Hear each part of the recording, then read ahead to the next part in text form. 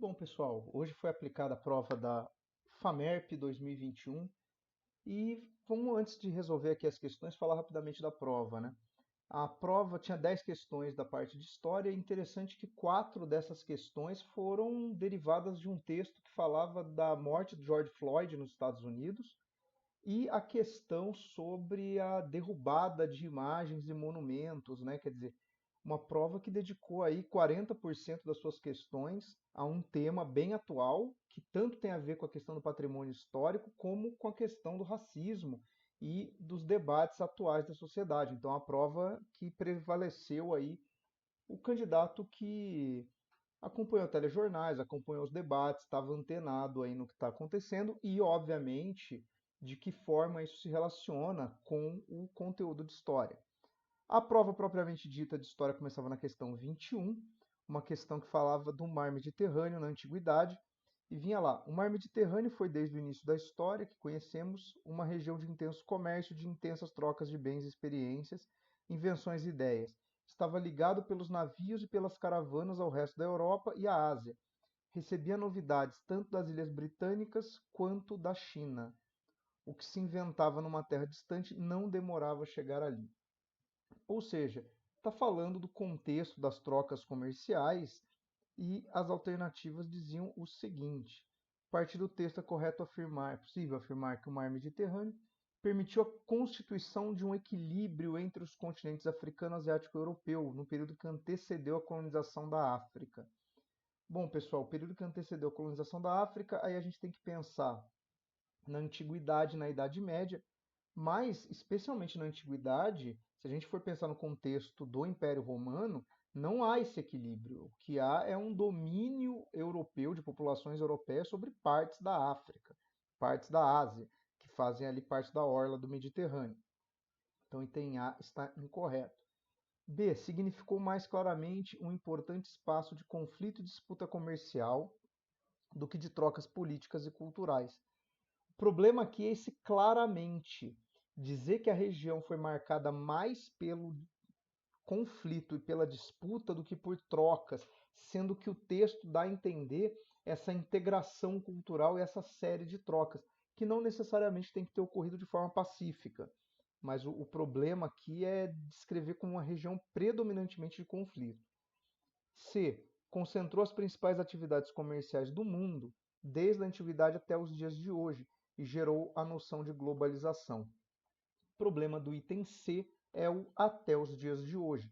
A partir da expansão marítima, você tem um deslocamento do centro comercial do Mediterrâneo para o Oceano Atlântico. E aí, obviamente, com a expansão comercial, o Mediterrâneo ele vai perdendo essa característica de ser o centro comercial, o centro das trocas. Então, o problema aqui do item C é trazer essa noção da relevância comercial do Mediterrâneo para os dias de hoje. D. Representou por muitos séculos um ponto de encontro e integração econômica e cultural, articulando áreas e facilitando a expansão comercial. Parece plausível, né? Por muitos séculos, óbvio, isso remete à antiguidade, à Idade Média, ao período do renascimento comercial e urbano. Então, articulando a economia, trocas comerciais, o fluxo cultural, né? Se a gente for pensar, por exemplo, na disseminação do cristianismo no Império Romano, se a gente for pensar na difusão de certos elementos gastronômicos, então aqui o item D era o item correto. Só para falar do item E, foi o epicentro da hegemonia marítima britânica que se afirmou ainda na antiguidade e alcançou seu auge após a conquista da América. Mas aí é o mar errado, né? Porque os ingleses, né, os britânicos, eles sequer ficam, né, no Mediterrâneo, né? A Inglaterra não é um país da bacia do Mediterrâneo e com a conquista da América, o deslocamento do eixo econômico foi para o Oceano Atlântico. Então, questão 21, alternativa D. Questão 22, que falava da Idade Média, especificamente da questão do cristianismo, usando aí um livro do Jacques Legoff. Só lembrando, né, essa é uma prova elaborada pela VUNESP, que também faz o vestibular da Unesp, e a Unesp tem uma tradição muito longa em questões de Idade Média, especialmente a partir dos livros do Jacques Legoff, até porque a editora da Unesp edita parte da obra dele aqui no Brasil. Cristandade medieval era fácil apelar para a crença do além. Deus e os personagens sobrenaturais estavam muito presentes na vida cotidiana. A religião cristã estimulava a imaginação dos homens e das mulheres e criou um imaginário próprio do cristianismo. É um exemplo da presença e da persistência desse imaginário próprio do cristianismo. Então aqui está pensando na mentalidade, né? A absorção do monoteísmo hegemônico na Antiguidade Clássica. Incorreto, as religiões da Antiguidade Clássica, gregos e romanos, sem contar a Antiguidade Oriental, era predominantemente politeísta e não monoteísta. Quem introduziu o monoteísmo foram os hebreus, mas eles eram uma exceção. B. A crença de que todo católico pode realizar milagres. Não, o milagre não é uma atribuição dos fiéis na tradição cristã. C. A incorporação da tradição judaica de celebrar imagens de santos. Não, a tradição judaica não tem imagens e muito menos santos, né? A ideia da celebração de imagens e santos é uma incorporação do cristianismo ao longo da Idade Média. É apontado como um elemento de barbarização do cristianismo, porque mistura o cristianismo a elementos das religiões germânicas. B. A obrigação de peregrinar até Jerusalém pelo menos uma vez na vida. Bom, aqui é uma pegadinha, né? Porque isso é uma obrigação do islamismo de peregrinar a Meca pelo menos uma vez na vida. Os cristãos não têm um dogma da peregrinação a Jerusalém. Então restava a alternativa E, ideia de um céu povoado de seres extraordinários, né? Deus, Jesus, os santos, os anjos, seres extraordinários, se enquadraria nisso. Eu sei que não é uma terminologia muito comum para os cristãos, mas não deixa de ser aceitável, né, como definição.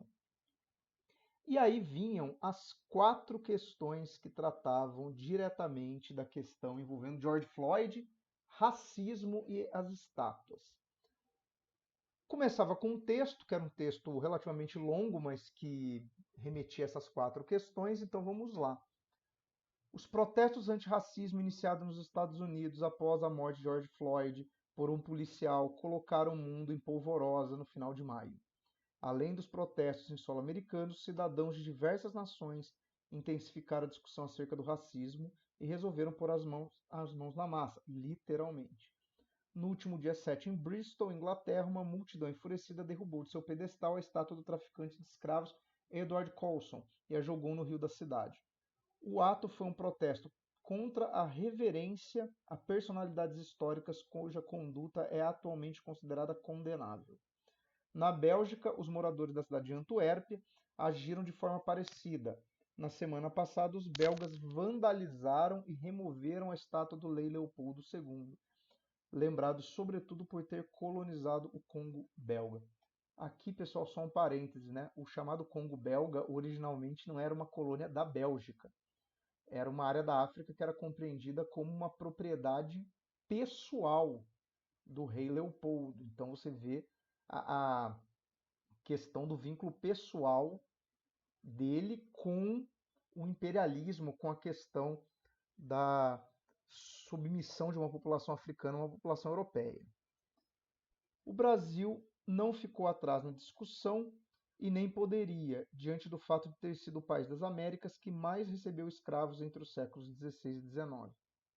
Aqui, estátuas de personalidades históricas que atualmente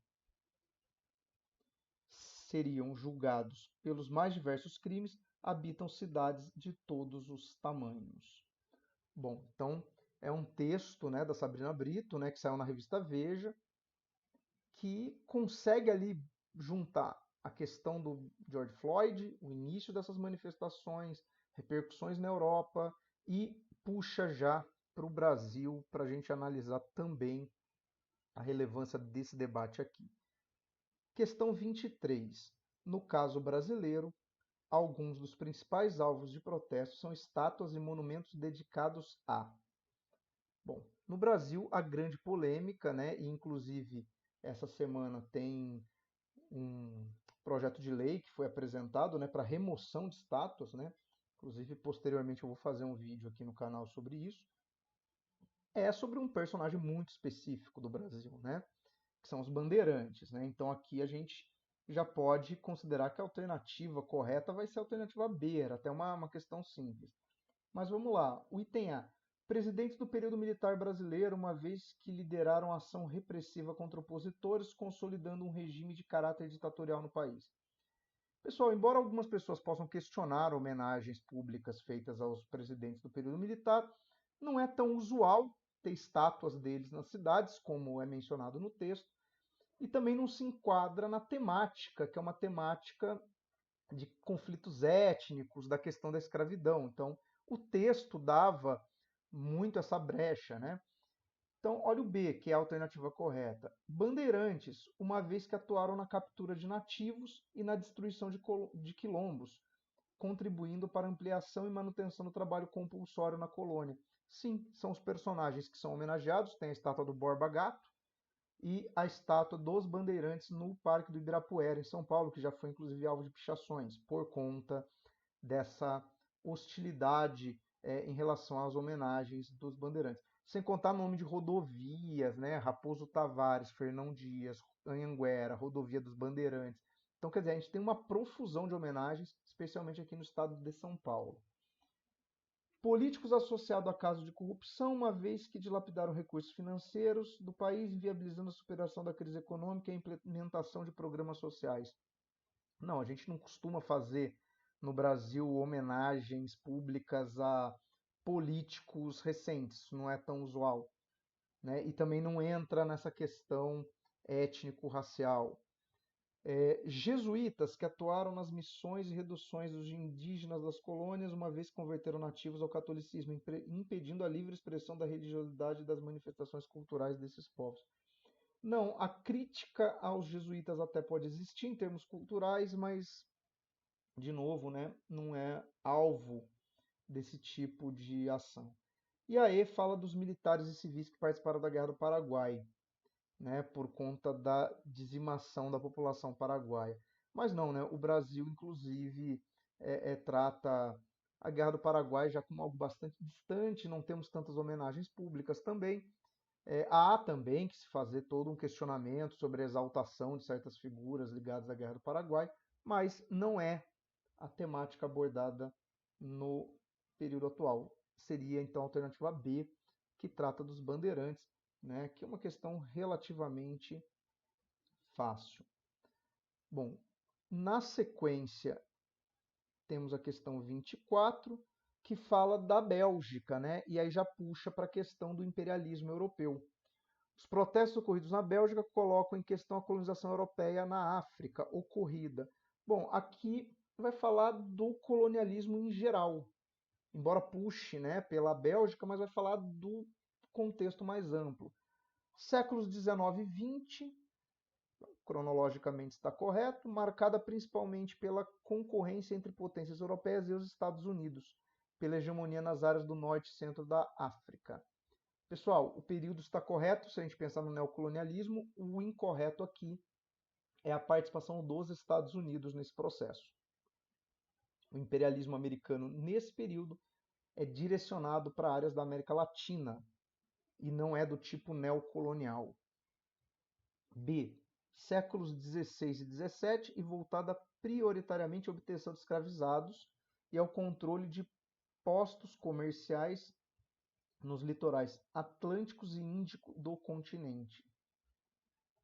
Pessoal, aqui, se você for pensar na colonização portuguesa na África, estaria correto. O problema aqui na questão 24 é que não é sobre esse contexto de colonização europeia a que os protestos na Bélgica se referem, porque a Bélgica não participou desse processo inicial de contatos com a África.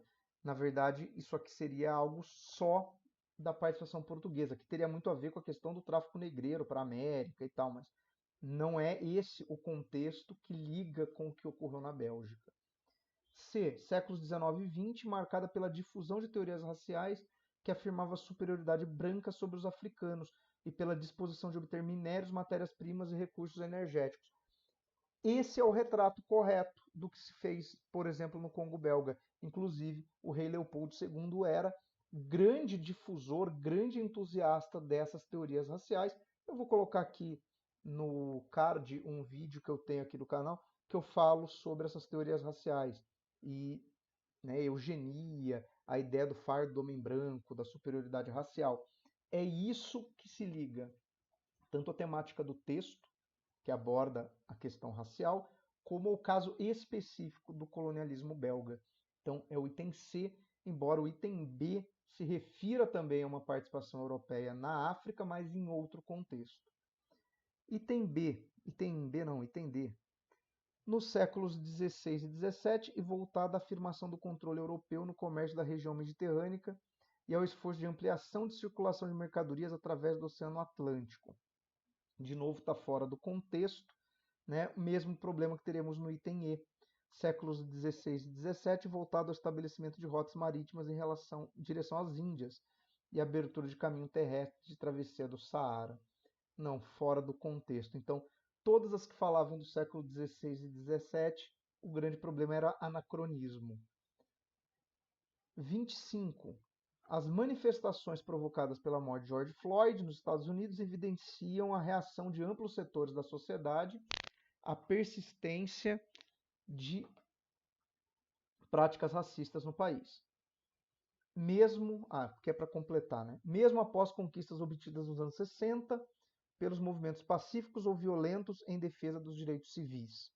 Sim, década de 60 do século XX, movimentos pacíficos, aí seria, por exemplo, o movimento do Martin Luther King, movimentos violentos, né, influenciados ali por Malcolm X, pelos Panteras Negras, ou seja, o que são os direitos civis dos negros na década de 60? O direito de ter um tratamento civil igualitário, pelo menos naquilo que diz as leis.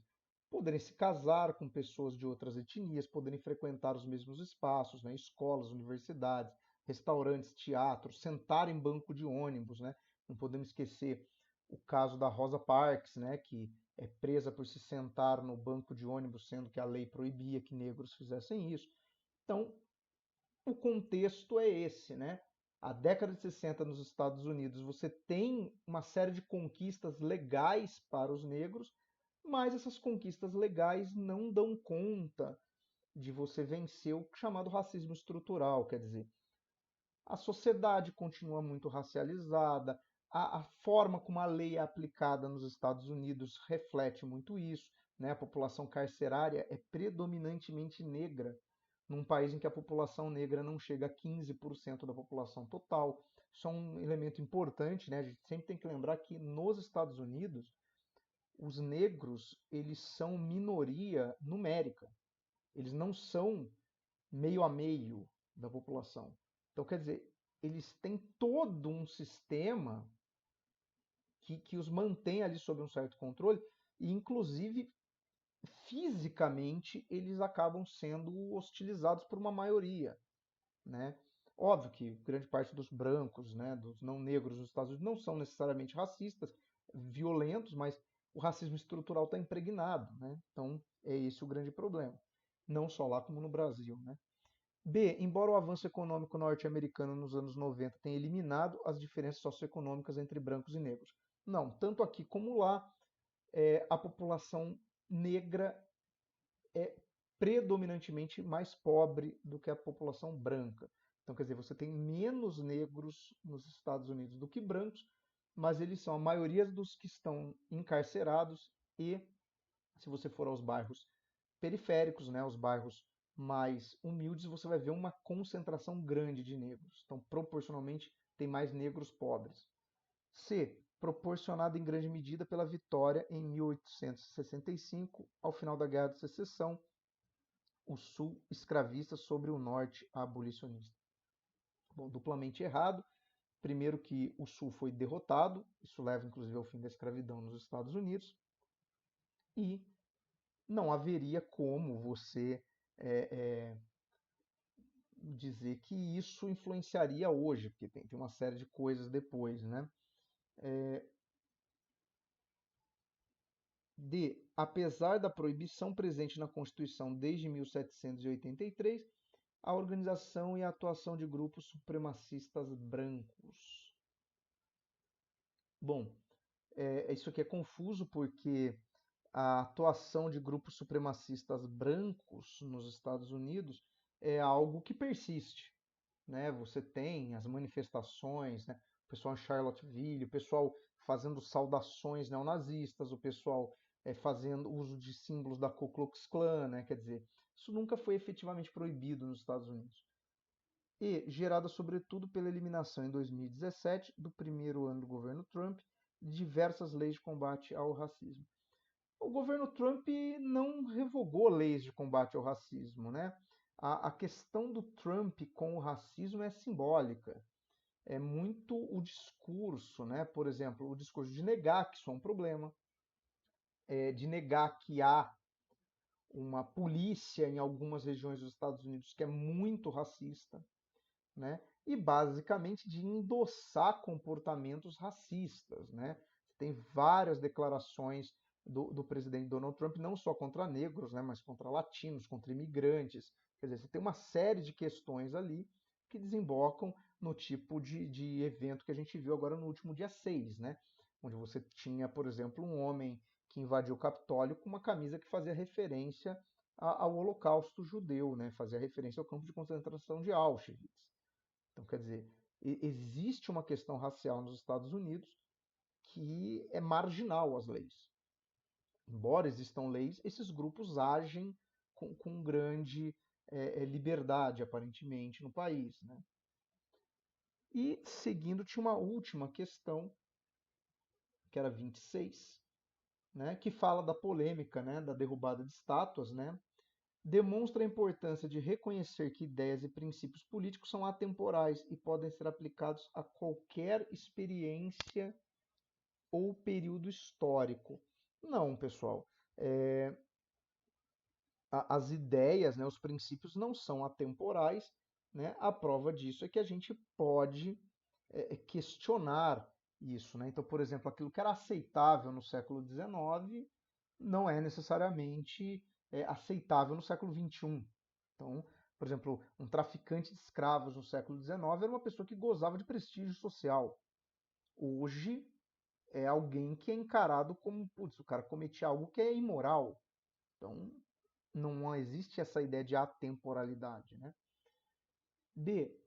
Revela a intransigência de muitos governantes diante das realizações de seus antecessores, que agiam conforme os interesses da época em que governavam ou dos grupos que representavam.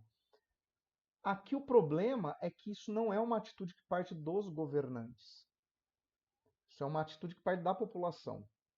E não é exatamente uma questão de intransigência, é uma questão de questionamento dessas práticas. Né? Então aqui, conceitualmente, está bem errado. C. Nasceu com a derrubada do Muro de Berlim, que alguns historiadores consideram uma depredação de importante monumento, e outros num processo de renovação histórica. Aí é que está, e é bem interessante isso. É curioso como alguns monumentos foram derrubados e foram encarados pela sociedade ocidental justamente como um fato necessário para a superação do que aquilo representava. Então, por exemplo, quando você vê a queda do bloco soviético, né, o fim da Guerra Fria, você tem a derrubada do Muro de Berlim, você tem a retirada de várias estátuas, existe o cemitério de estátuas soviéticas na Rússia. Quer dizer, você vai tirar aquela simbologia, por quê?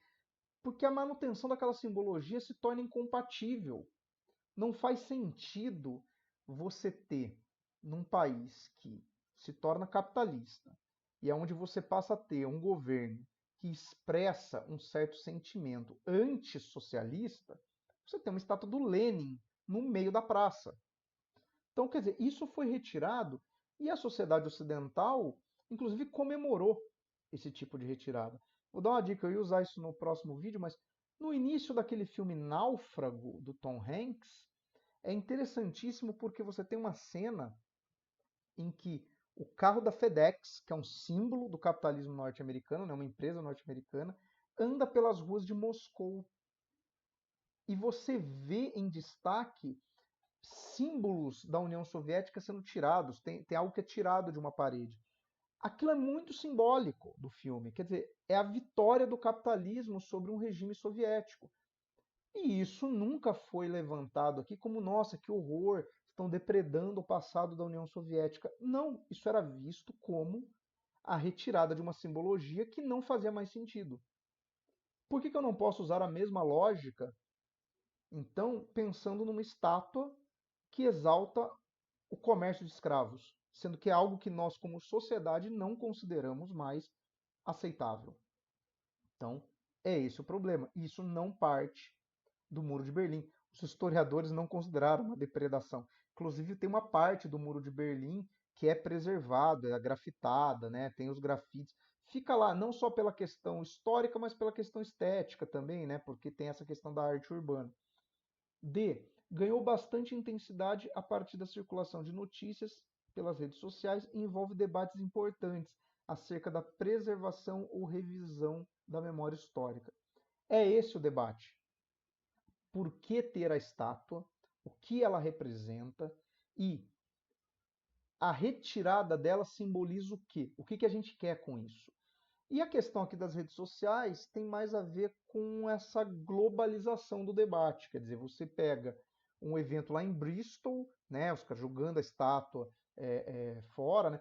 Teve uma questão, né, no vestibular da Unicamp, teve a questão da derrubada da imagem do Colombo. Então você vê que os vestibulares estão muito antenados nisso, né?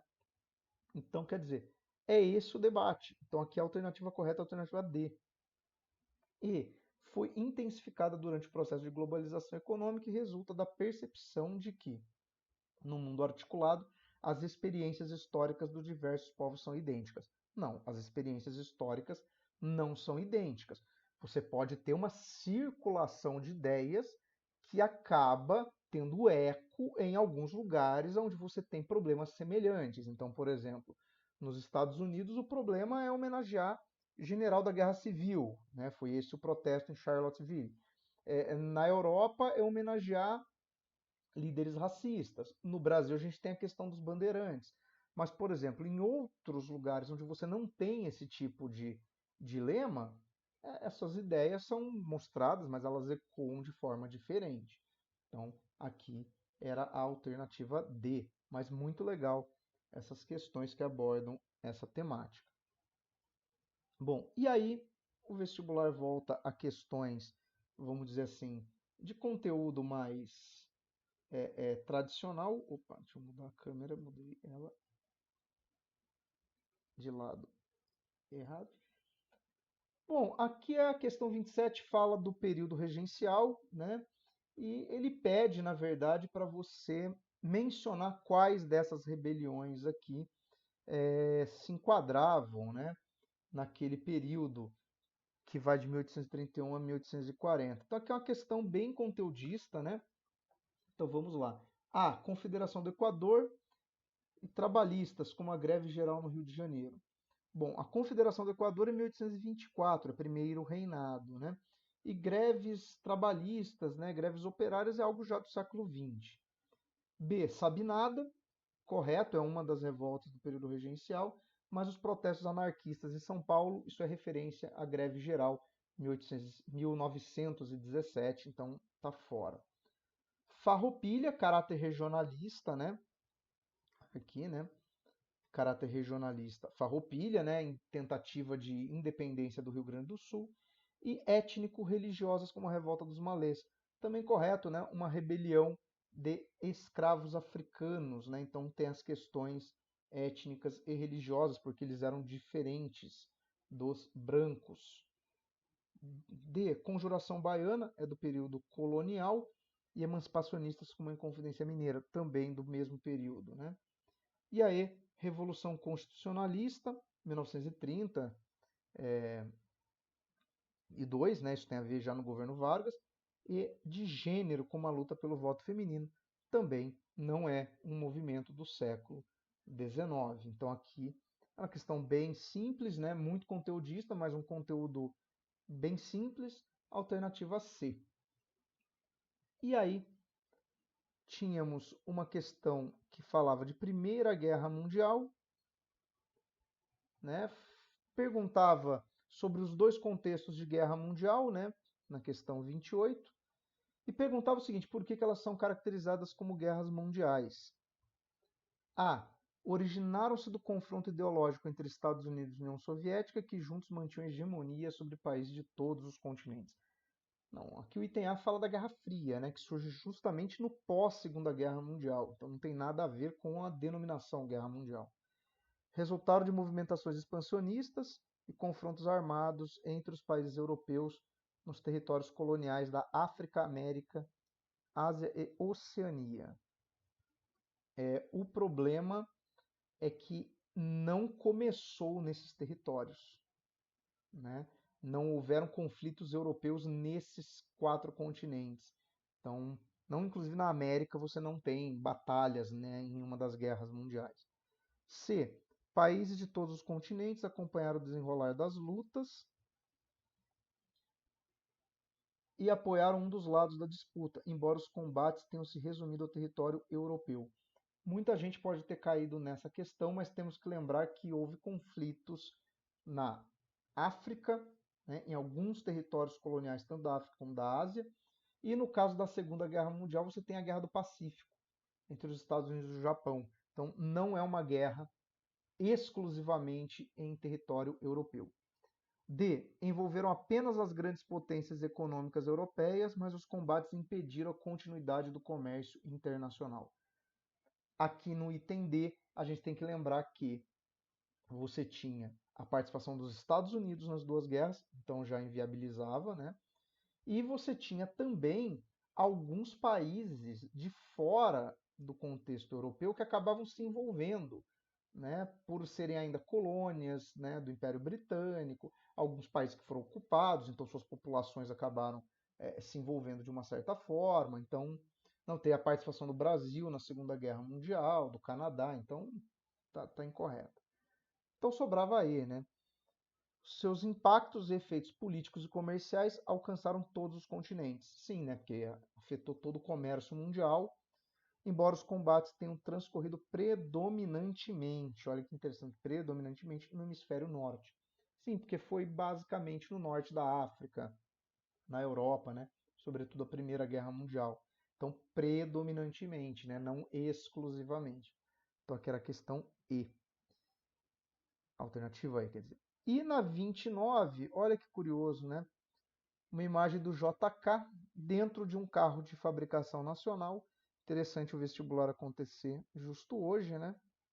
Estamos aí vendo os desdobramentos da notícia da Ford deixando de produzir carros no Brasil, né? Então, quer dizer, estamos vivendo um processo de desindustrialização e o JK é um presidente que simboliza o contrário, o processo de industrialização do Brasil.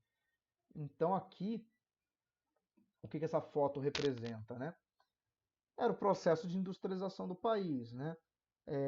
O olhar desconfiado do presidente em relação ao produto nacional e a baixa qualidade do produto nacional brasileiro. Nosso item A é bem a síndrome de vira-latas que o Nelson Rodrigues descrevia. Não, não é isso. O JK é o presidente do desenvolvimentismo.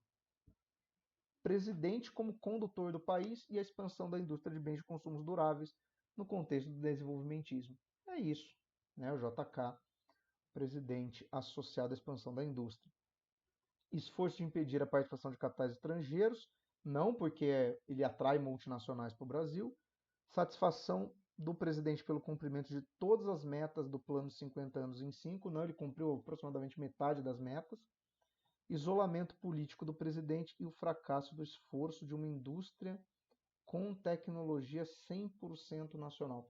O JK não tinha essa ambição de uma indústria com tecnologia 100% nacional, ele entendia bem as limitações estruturais do país.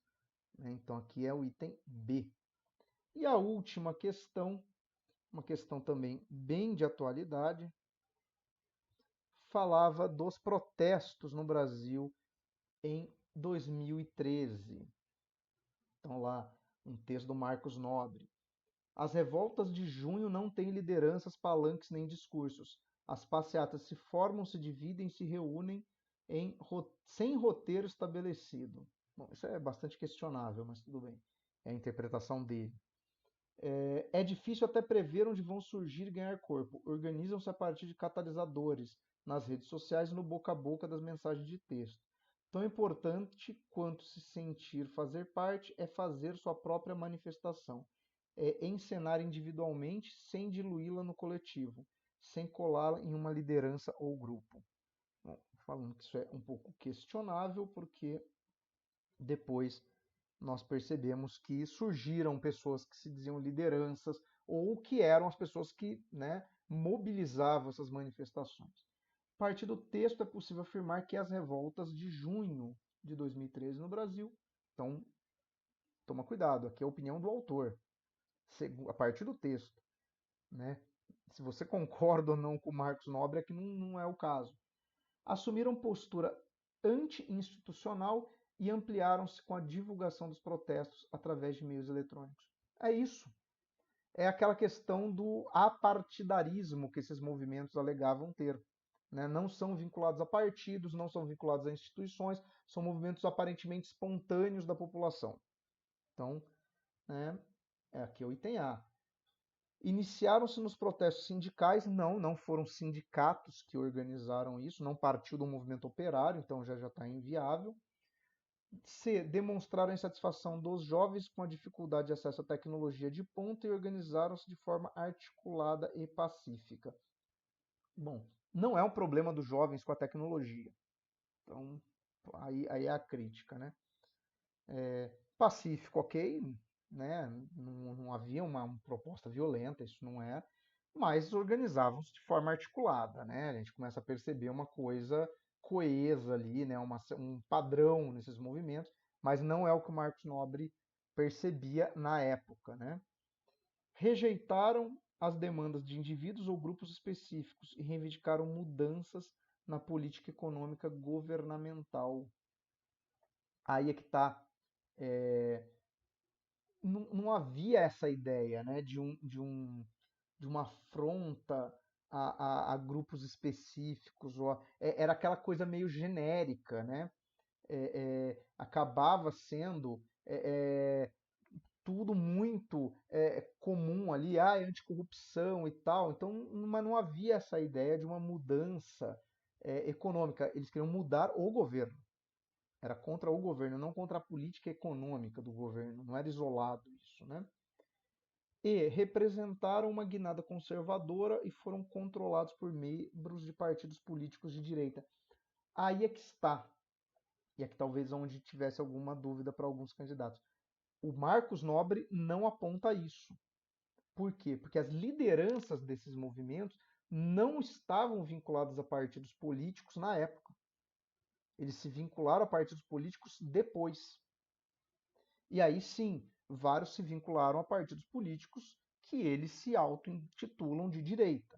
Então, aqui é uma questão complicada que a gente tem que distanciar o autor da nossa percepção. Aqui é para pensar a percepção do autor. E ele não marcaria, né, na interpretação dele, o que está aqui no item E. Então, nessa última questão, a questão 30, fica o item A como alternativa correta.